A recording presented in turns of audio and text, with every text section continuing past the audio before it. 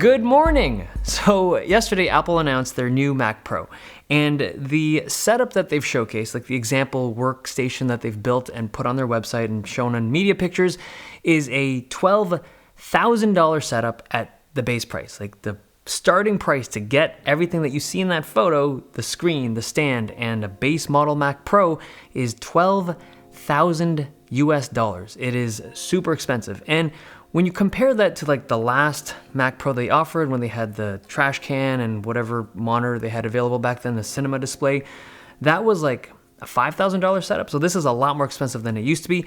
But the moment I heard that price tag, like $6,000 for an 8-core desktop and then another $6,000 for a display, it just did not sit right with me. But over the past 24 hours, I've come to the realization that that system is not for me. I want it to be. I really wish Apple was making a quote-unquote professional system for people that make YouTube videos, but the reality is it's built for a completely different class of user. It's built for people that are comfortable dropping like $20,000 or $30,000 on these workstations, and that's who these products are for. So I think one of the biggest reasons why myself and a lot of other content creators or even publications are a little bit confused at this price tag is because the hardware has changed a lot over the past 4 or 5 years. Like 5 years ago, hardware was separated into kind of two main categories: consumer stuff and then professional stuff. And the consumer stuff was like 2, maybe 4-core CPUs and whatever goes with that. And then the professional grade stuff was like 4 to, 16, 18, sometimes even 20-core CPUs. They were very expensive, but that's what separated the two kind of classes of hardware. But regular consumers back then would sometimes buy professional grade stuff for better performance because you couldn't get more than 4 cores with the consumer grade stuff.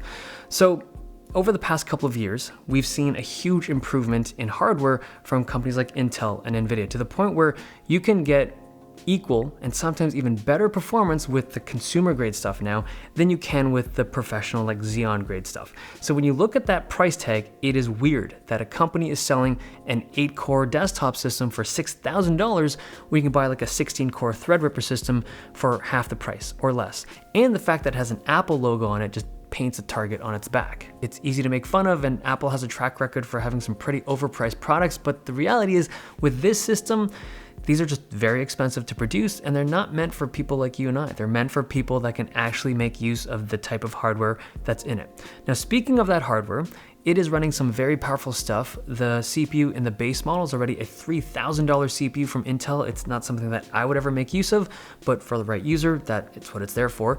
You can bump it up to a 28-core CPU, which is bonkers, but the hardware in here is very configurable and very powerful, and it's something that's quite different from anything that Apple's offered in a really long time. It's pretty configurable. You're not going to get as many options as like a Windows-based workstation, but the whole product feels like they did a good job with what professionals want Apple to do. It's an expensive system, but it's an Apple system.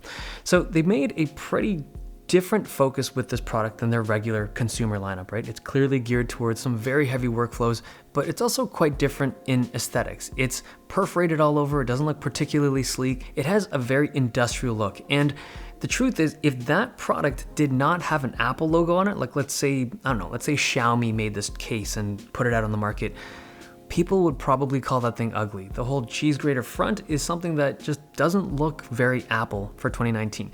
Now, with that heavily perforated front, you get something that no other system has in the Apple ecosystem. That case allows a huge amount of air to flow through the system, which something like a sleek, regular Mac-looking product wouldn't be able to do. So I'm glad they went with that perforated design. It's not the most visually appealing, but it was the right choice. And I also want to talk about the screen real quick. During the presentation, when they were just showcasing the product and talking about its features, I was trying to guess what that thing would cost. And I thought it'd be like $2,000, maybe $2,500 at most. It ended up being $5,000 plus another $1,000 for the stand. And I remember thinking like, that's insane. Like, who's gonna buy that? And then they compared it to these reference monitors, these like $30,000 or $40,000 pieces of equipment. And I'm not gonna pretend like I know anything about them. I've never seen a studio monitor in my life, but looking at the specs, there's some crazy stuff going on. They have a contrast ratio of 1,000,000 to 1, which is something we never see outside of OLED panels. They've built this thing with a regular LCD, well, not a regular LCD, but with an LCD that they've tweaked and modified to produce a crazy high quality image at what seems like a fraction of the price of its competitors. And again, it's for a market that's not me, right? It's for professionals that need consistency between their screens, and that's what these products are for. That's who these products are going to be sold to. But I really wish I could be someone that could make use of it just for the interest of that technology, because I'm someone who shoots in 5K. I don't use ProRes. Like, that whole product lineup is not built for me. I'm not someone who would ever use ECC memory. So for the people that are interested in this stuff, you now have what seems like a really good option for the professional workstation. Okay, hope you guys enjoyed this video. Thumbs if you liked it, subs if you loved it. See you guys next time.